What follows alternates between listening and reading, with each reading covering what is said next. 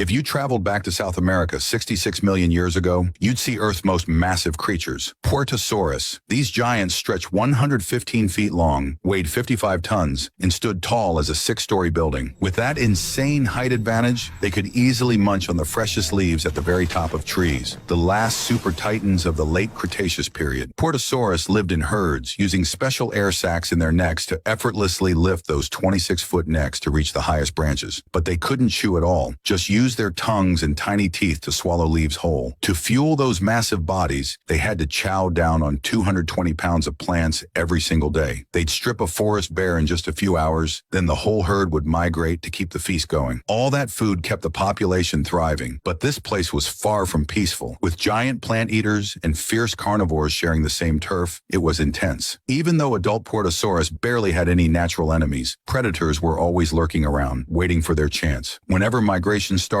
predators would sneak behind them. These two starving Carnotaurus just got their meal stolen by Maposaurus and were hoping to find an opportunity. Too bad they got spotted. One casual tail swipe from a Puertasaurus sent one of them flying. Massive size was the ultimate protection, but it came with problems too. When storms hit, the Puertasaurus were totally screwed. Their huge frames couldn't squeeze into the forest for shelter. They just had to stand there, shivering in the wind. Meanwhile, the agile Maposaurus could duck into the dense woods to ride it out. But the nasty weather was a disaster for predators too. Couldn't hunt, which meant their babies back at the nest would starve. Every animal was anxiously waiting for better weather, but this rain kept pouring non-stop. Every creature could only wait it out on an empty stomach. A week later, the storm finally broke. Sunlight was breaking through the clouds again, and the whole ecosystem started coming back to life. The Mapusaurus babies were absolutely starving by now. At this critical moment, the adult Maposaurus spotted their prey, a massive herd of Puertasaurus.